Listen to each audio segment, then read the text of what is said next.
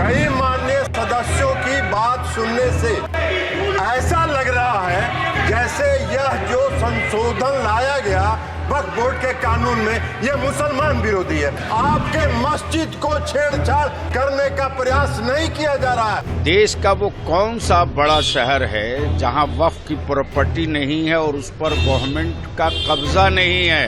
One country one nation, तो उसमें clear करें कि जो वक्फ बोर्ड में हो रहा है वही मठ और मठ की जमीनों पर भी होगा। वक्फ विधेयक 2024 पर नीतीश कुमार की पार्टी में दो फाड़ हो गई है। एक तरफ जहां पार्टी के मुस्लिम नेता इस विधेयक का विरोध कर रहे थे, वहीं दूसरी तरफ सदन में पार्टी ने इसका समर्थन कर दिया है। जदयू की तरफ से लोकसभा में इस विधेयक का समर्थन केंद्रीय मंत्री लल्लन सिंह ने किया है। लल्लन सिंह ने कहा कि बिल सही है और जदयू इसका समर्थन करती है। इसके साथ ही उन्होंने बिल का विरोध करने वालों पर निशाना भी साधा। अध्यक्ष महोदय, कई माननीय सदस्यों की बात सुनी है।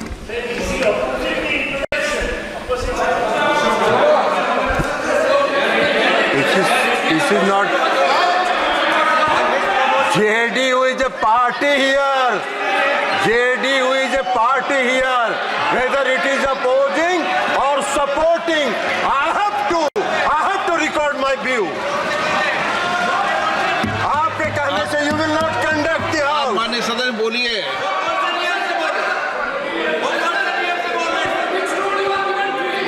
अध्यक्ष महोदय, कई माननीय सदस्यों की बात सुनने से ऐसा लग रहा है जैसे यह जो संशोधन लाया गया वक्फ बोर्ड के कानून में, यह मुसलमान विरोधी है। कहां से ये मुसलमान विरोधी है? कौन सा इसका कानून मुसलमान विरोधी बताता है? यहाँ उदाहरण दिया जा रहा है कि अयोध्या की मंदिर, गुरुवायु, अरे मंदिर और संस्था में अगर अंतर आपको नहीं समझ में आ रहा है तो आप कौन सा तर्क खोज रहे हैं? अरे ये मंदिर नहीं है। आपके मस्जिद को छेड़छाड़ करने का प्रयास नहीं किया जा रहा है। यह एक कानून से बना हुआ संस्था है। उस संस्था को पारदर्शी बनाने के लिए कानून बनाया जा रहा है। पारदर्शिता होना चाहिए। कोई निरंकुश संस्था कोई भी कानून से, वक्फ बोर्ड कैसे बना? वक्फ बोर्ड किसी कानून से बना है, और कानून से बना हुआ कोई भी संस्था अगर निरंकुश होगा तो उसमें पारदर्शिता लाने के लिए सरकार को हक है, अधिकार है कानून बनाने का। अब ये उसकी तुलना कर रहे हैं मंदिर से। ये मंदिर से कहाँ उसका मतलब है? कोई धर्म के नाम पर बंटवारा नहीं हो रहा है। ये भ्रम फैलाना चाहते हैं और ये बात करते हैं अल्पसंख्यकों की। अल्पसंख्यक की बात कर रहे हैं। केसी वेणुगोपाल जी अल्पसंख्यक की बात करते हैं।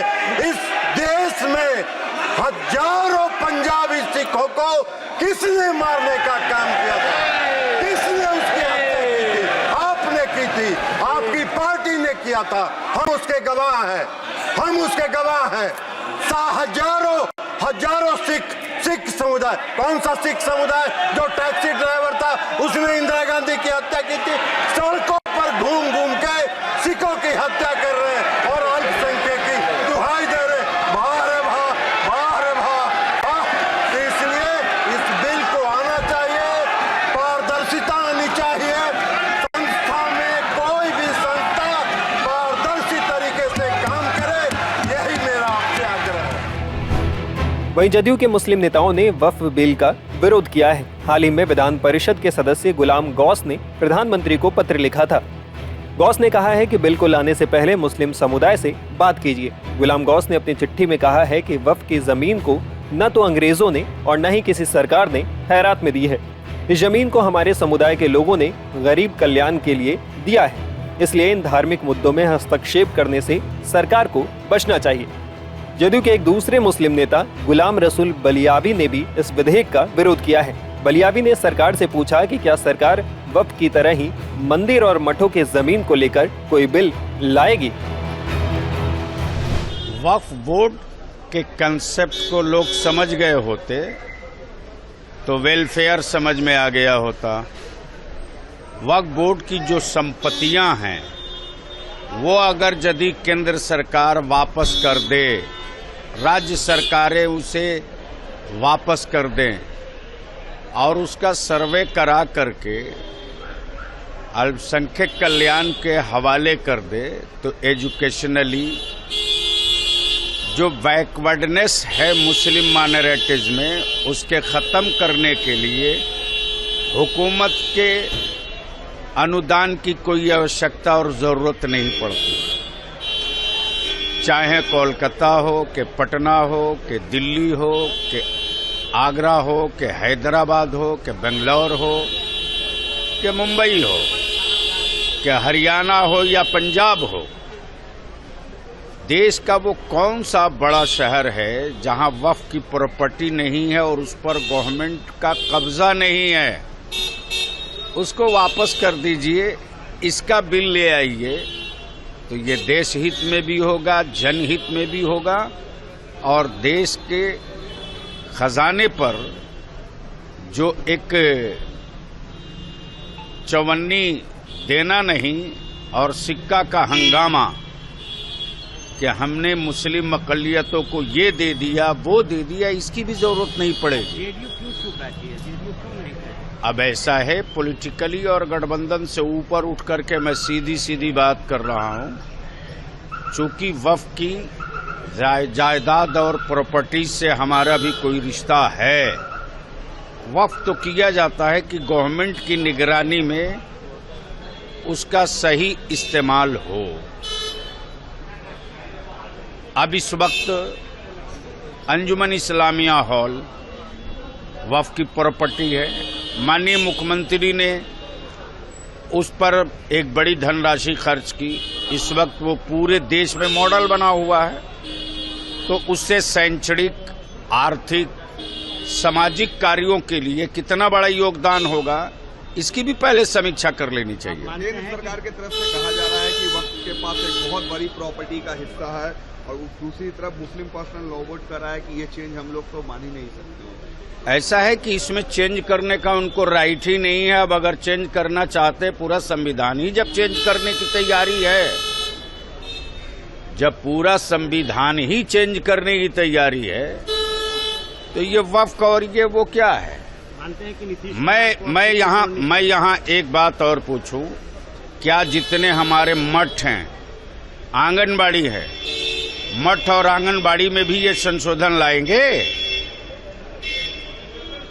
वक्फ के सेम नेचर का, सेम सिस्टम का जो धार्मिक पीठ बना हुआ है, क्या है? वक्फ बोर्ड ही की तो उसका दूसरा नाम है, तो क्या उसके लिए भी ये कानून होगा? तो बुलावे पूरे देश भर के हमारे मठाधीशों को, बुलावे बड़े बड़े मठ और बड़े बड़े मंदिरों के माननीय महंत लोगों को।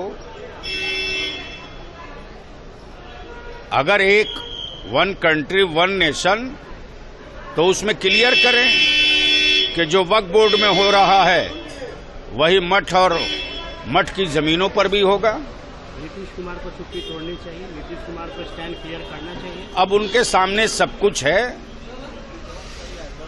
एक एक चीज है, उस पर हमें मशवरा देने की जरूरत नहीं।